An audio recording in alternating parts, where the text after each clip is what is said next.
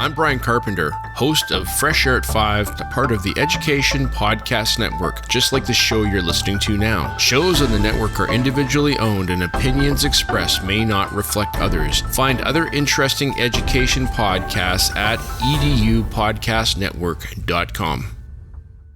Hello, Empowered Principals. Welcome to episode 337.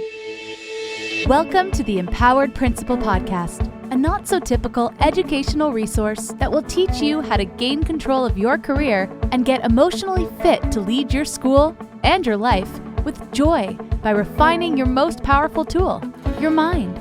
Here's your host, certified life coach, Angela Kelly Robeck. Well, hello, my Empowered Principals. Happy Tuesday. Welcome to the podcast. Welcome to June. Some of you are near the end, some of you are past the finish line, and some of you are still sprinting. My heart goes out to all of you, whether you're done and you're in reflection mode, whether you are almost there and celebrating the growth and all of the excitement and the wins that you've accomplished and your team has accomplished this year, or if you're still sprinting towards that finish line. I know, especially in the East Coast, I know New York goes a little bit later towards the end of June. So this podcast is exceptionally appropriate if you are still in the sprint or if you're in planning mode and feeling overwhelmed. So I had a client today who's normally pretty composed. She has worked with me for over a year. She's in her second year coaching with me one-on-one, and she applies the tools to her day, to her week, to her year, to her empowerment, to her profession, to her personal life. Like, this is a coaching student who takes coaching seriously. She understands the value of it. She applies it. She leverages it and really does the work. And still, and even so, she's a human on the planet and came to her call feeling really overwhelmed. Because here's the truth about school leadership. You can coach on this thought, and I know it's a thought that I'm offering you, but I like to say, let's just call it true. Let's call it a fact of life. There is always too much to do and not enough time in school leadership. And what I mean by that is there is always a task on the menu, on the to-do list.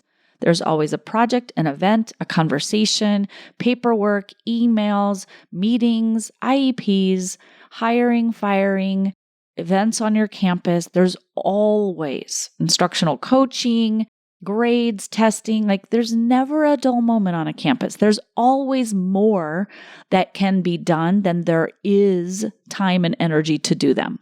So instead of trying to coach your brain into, there's plenty of time, I don't have anything to do, things are great. Like, if you cannot get yourself into a place of ease and contentment with feeling sufficient with time, this podcast is for you. I'm going to talk about what to do when there's simply a lot of demands happening at once, a lot of deadlines all coming at you. People are in high need. There's needy times of the year. This is one of them, the end of the year. People are worn thin. Kids' behaviors are maybe spiking a little bit. Teachers are worn out. Everybody's just a little bit on edge, a little bit tired, ready for the summer, but not quite yet there. And they're coming to you to hold all of the emotional space for them, for you to solve the problems, for you to get things done ASAP. The district's asking you, we need this plan and that plan and these observations, and all of this stuff needs to be done all at this one time. Okay? I'm going to tell you how I walked my client through this to show you the power of weekly coaching calls. That is why I've set this up this way. There is no human, to my knowledge, on the planet who at some point doesn't hit the wall of overwhelm and get sucked into the overwhelm cycle. It's going to happen. Falling into a cycle of overwhelm is supposed to happen. It's a part of the experience. So when you fall into one, thinking that you shouldn't, first of all, creates a lot of pain and suffering. If you are in an overwhelm cycle and you're like, I know I should be in control or on top of this, but I'm in an overwhelm cycle. I can see that I'm in overwhelm. I don't know how to get out. It just feels like too much. That's normal. Normalize that. Just say, oh, I'm in a chapter of imbalance. I'm in a chapter of overwhelm. This happens. And here's how you get out of the overwhelm cycle. First of all, you acknowledge that you're in one. Don't fight it. Don't shame yourself for it. Don't judge yourself for having fallen into an overwhelm cycle. Don't think that it shouldn't be happening. All of those thoughts create more pain than necessary. Just acknowledge it. Allow yourself to be in the overwhelm cycle. It's a part of the school leadership experience. It's a part of the human experience on this planet, guys. That's just the way it goes. If we allow it, it actually feels less intense than if we're mad that we're in it or resistant that we're in it or we're trying to rush out of it or we're judging ourselves for it or shaming ourselves for being in it, okay? So the first step towards all of this is acknowledging, you know what? I'm just feeling overwhelmed. I'm going to acknowledge my feelings. I'm going to allow them to be here, no judgment, and we're going to let it be present. I've said in prior podcasts, all emotions are valid. All emotions have a purpose. All emotions are here for a reason. They don't just show up randomly. When overwhelm shows up in your body, in your job, in your life, and you're feeling overwhelmed, there is a message that's coming from your body, your compass, up to your brain, because the brain's trying to run the show with the to-do list and the task mastering and the scheduling and the bossing, all of that stuff. When we're trying to be in energy boss mode, we're trying to be productive, getting those to-do lists, getting the 3-month plan underway, feeling productive, being on schedule, all of that stuff, that's boss energy. And then there's times where the body comes up and says, I just want to feel, I need to feel the overwhelm. I need you to know I can only sustain this amount of productivity and this amount of speed in work and the tasking that you're asking me to do for so long, okay? Acknowledge the feelings, let them be there. And when you take a moment to take a breath and sit down with the overwhelm, you and overwhelm are going to have a little conversation. And you're going to talk to the overwhelm. What's coming up? Why are you feeling this way? Is there anything I need to know? Any wisdom, any insight, any information? Usually, if you give it enough time and space, it will have insight for you. There will be some wisdom it shares. There will be a reason you're feeling overwhelmed. Not that you can change the reason. We're just acknowledging and validating the reason. So in this case, my client just had a ton of deadlines that were kind of piling up on one another, a lot of meetings that were pulling her away from time that she could be spending getting her work done, tasks that were on top of the above and beyond normal day, week of the school year. Behaviors are ramping up a little bit. It's spring and spring fever hits. Full moons are around. This week that I'm recording this is the pink moon. The pink full moon is out. So you never know what's getting the kids riled up, but we want to keep all of that in mind. And we want to notice that we're just a human on the planet doing the best job we can. We're feeling a little overwhelmed because there are a lot of deadlines. There are a lot of behaviors. There's some angry parents. There's conversations to be had with staffing for this year into next year. There's a lot. It's a lot. We're not going to say that there isn't, okay? We're not going to fight the brain on arguing that there's not a lot going on. We're just going to acknowledge it and be in the overwhelm. And once we acknowledge it, then we can get ourselves into a space of permission, into allowing ourselves to experience the overwhelm, to acknowledge the overwhelm, and to ask ourselves why. Because the detail of the overwhelm comes down into, why am I so overwhelmed? What's all that I need? Once we realize why we're stressed, and I'm going to share specifically why this client was stressed, because there's a message in it for her, for you, for all. This client has in particular been working on setting work boundaries and having a set of standards around the amount of hours that she works during the week, as all of you should. And when you join EPC, I teach you how. Now, I teach you a process for creating boundaries around your work hours so that you have energy and a life outside of work, because you're a human that deserves that. And when you're feeling super overwhelmed, and there's a lot of deadlines that are stacking on top of one another, perhaps the most loving thing you can do for yourself is to give yourself permission to stretch your boundaries around your work hours. it might feel better to say, I'm going to work late, or I'm going to work in the evening this week, or I'm going to, come in early and just get a few hours knocked out on Saturday morning, bright and early, and then have the rest of the weekend to myself, because that's what feels best for me right now. Your boundaries that you create for yourself, the standards upon which you live your life, they're yours, which means you can create flexibility. I consider boundaries that we create, especially for ourselves, like work boundaries, time around how much time we're going to work. It's like a rubber band. We can flex them when we need to. When it feels best to flex your hours and to say, you know what? I'm going to give myself permission to work in the evenings or to work on the weekend because it feels better to me to hammer this stuff out and just knock it out and get it done than to think about and try to cram it into my 8 to 5 day. Might not work that well, or your 7 to 5 day, however long you're working. Now, if it doesn't feel better, if it feels worse for you to work nights or weekends, then you can work with yourself on like combining, batching, delegating, being more efficient within the 8 to 10 hours you're at work. But for this client, it was about giving herself permission to expand and stretch those work boundaries for a limited amount of time.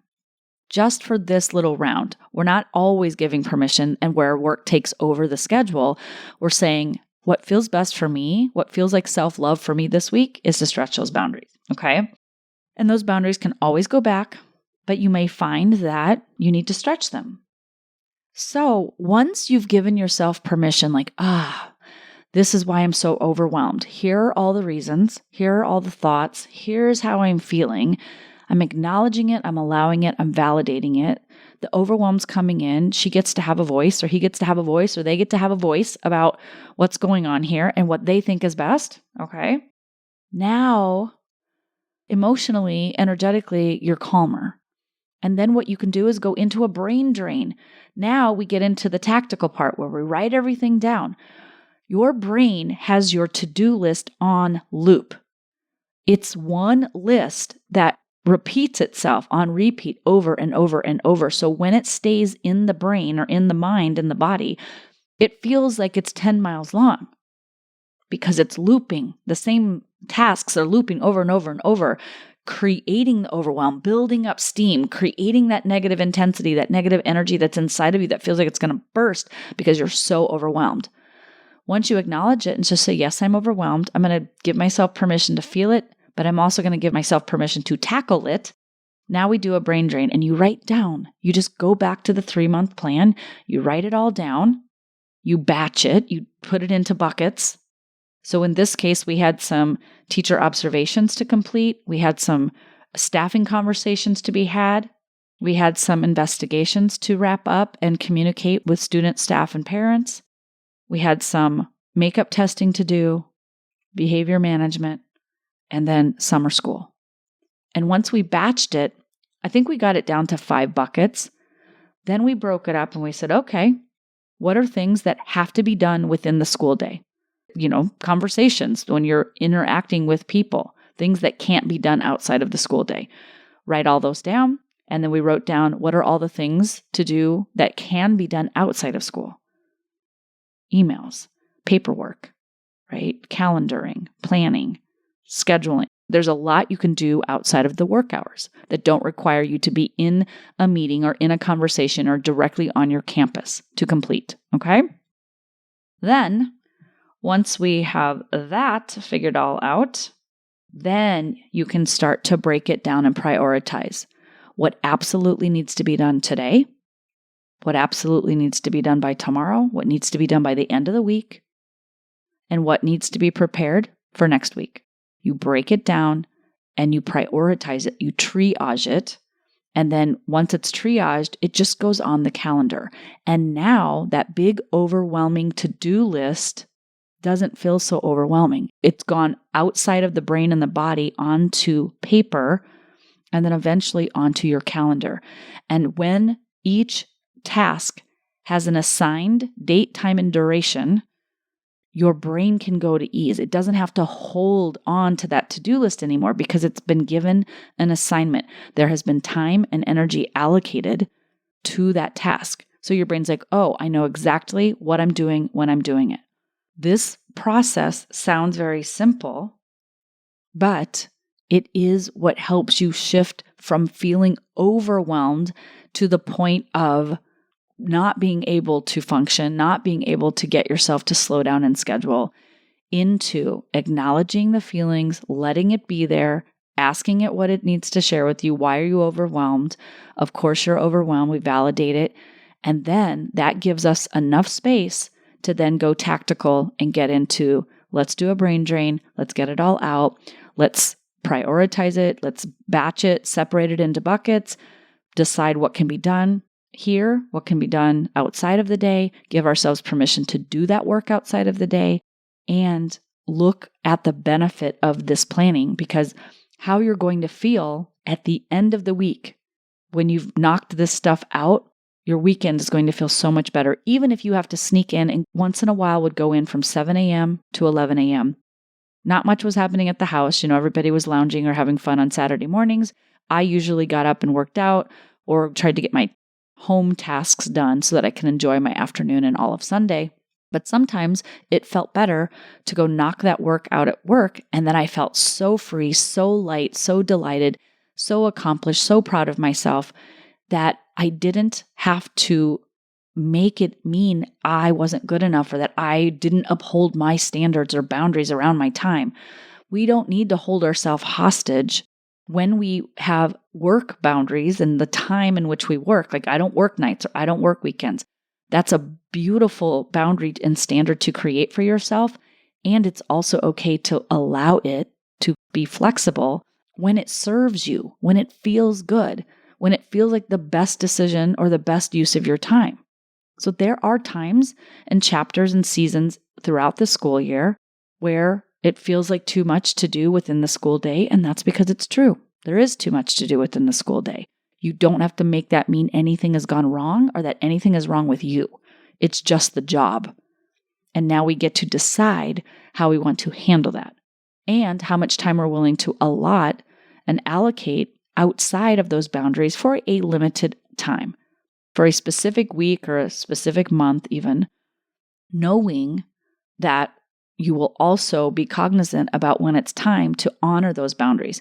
And when you need to work and you choose to work and you decide to work with intention versus when you feel like you're out of control working all of the time, there's no boundaries around work, you can't seem to get a handle on overworking, overscheduling, overexerting, over-delivering, right?